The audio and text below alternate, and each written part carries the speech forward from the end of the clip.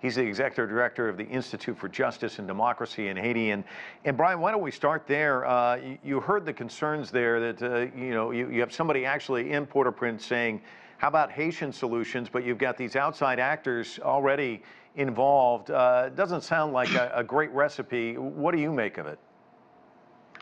I share those concerns.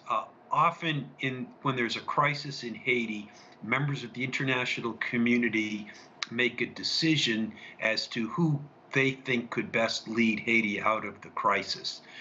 That decision is almost always wrong if it doesn't include broad buy-in from the Haitian people. And too often it doesn't. And this looks like that could be another situation.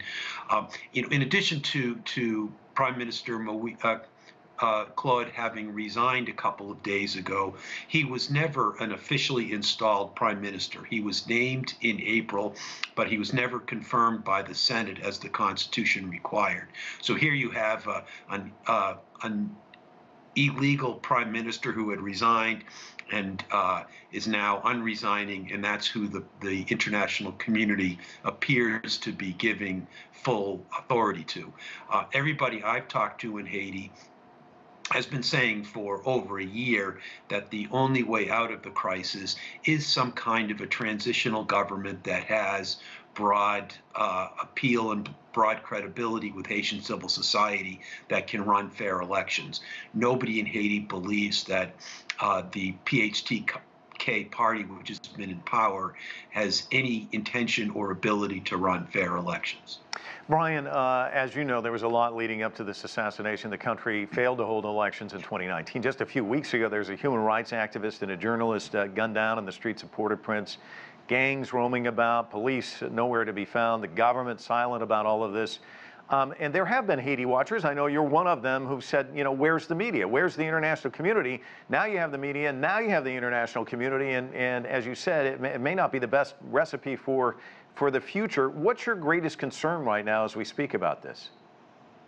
Well, I think the greatest concern is that things could devolve into more violence, but I don't think that that is inevitable or even probable. I think that there are lots of ways that this situation can be resolved by Haitians leading a solution.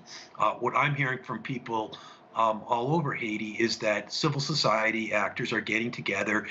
People are a little bit worried about leaving their house, so people are gathering on social media, on telephones, and they're coming up with creative Haitian-led ways to move out of the crisis. And I think if the international community can get behind those, I think that they do have a chance of getting Haiti to move forward back onto the path of democracy without a lot of bloodshed. Brian, I spoke to multiple Pulitzer Prize-winning photojournalist Carol Guzzi, who spent an awful lot of time in Haiti. She has a lot of affection for this country that's had so many troubled times. She says it's a unique place, it's a magnet, it's the people and the spirit that draws her, but she says there's always this chaos, anarchy, trouble, natural disasters. Can you talk about this dichotomy? Sure. I've been working on Haiti for 25 years, and too often I've seen this cycle of or repeated political disasters and also natural disasters in quotes, because although when the earthquake hit Haiti, it was a real earthquake, and when tropical storms or hurricanes hit Haiti, there is wind and rain. The fact is that Haiti has an unnaturally produced vulnerability to natural disasters. Because it doesn't have strong governance, it is hit harder by everything. And tropical storms are the best example, because the same storm will come through Haiti and then it will hit Cuba with the same size winds and the same waves.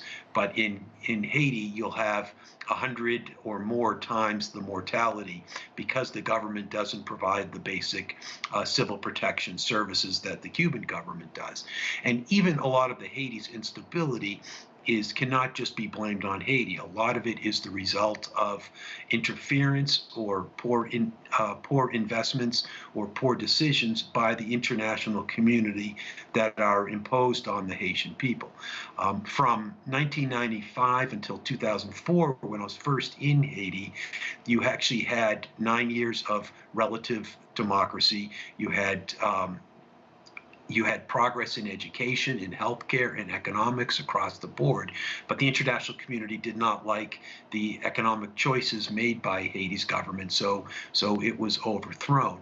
And it's a lesson, obviously, that international illegal interference is bad for Haiti, but it's also a lesson that democracy can work. That if Haitians are given a little bit of international support and are allowed to chart their own course, then Haiti can escape this otherwise inescapable series of disasters.